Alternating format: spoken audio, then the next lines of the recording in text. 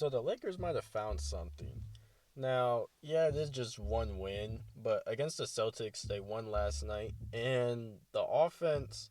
I think this is legitimately what the Lakers pictured their offense to be this season with JJ Redick coaching. But besides the win last night, over their last 10 games, I believe they went 6-4, and they're scoring around 110 points per game, and the three ball has just been falling for them. They're shooting around 37% for their last 10. So I think I made a previous video, probably towards like the beginning of the season, and I said basically like the Lakers, JJ Redick just wants them to shoot threes, and they weren't falling in the start of the season, but I think now they might have found a stride and they're starting to fall. And it's really changing their offense. Like it looks a little more fluid. Um, One player I'd say that's like contributed heavily, which I thought I would never say, is Gabe Vincent. For some reason, he just found his juju again, and now he's starting to hoop. Like I genuinely thought, like every time a Miami Heat player leaves the Heat, they usually go to their team and just suck. Two of them. Well, Gabe Vincent, he's still kind of, he's still inconsistent here and there, but he's actually starting to contribute a little bit. But Kendrick Nunn, he went to the Lakers.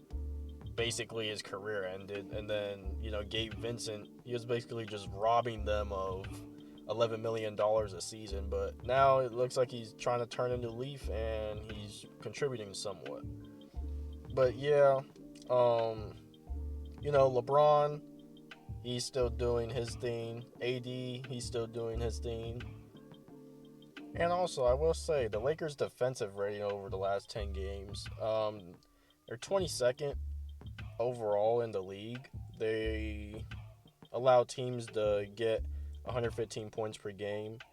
I think overall in the season, they allow 114 points per game, which, it's kind of middle of the pack, but I think if now that they can start adding this new weapon, which is the three ball, just start hitting it at a consistent clip, I could see their offensive rating go up as a team, and then the defensive rating, you could get a little bit more stops here and there, but overall, they're just playing better basketball, and for their schedule, the next few games, I could see them definitely going on a winning streak.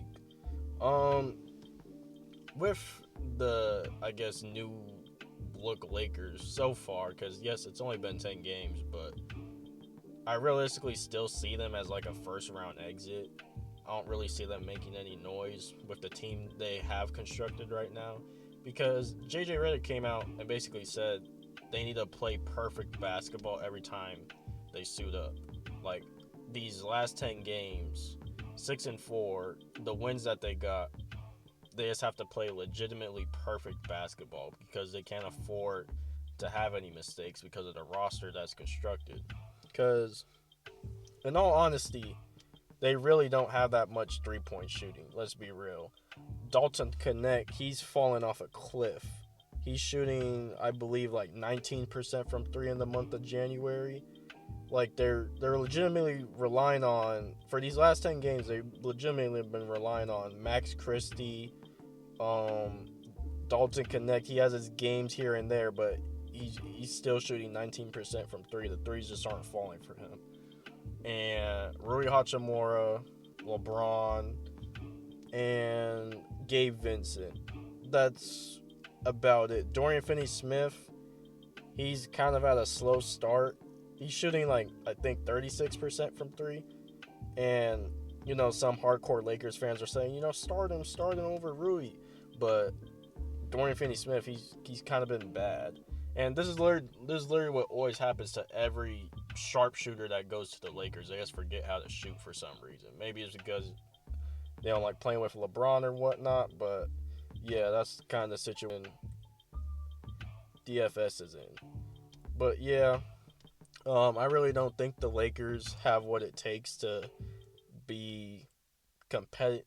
Well, let me rephrase that. They could be competitive in the West, but I don't think they have what it takes to make a deep playoff run.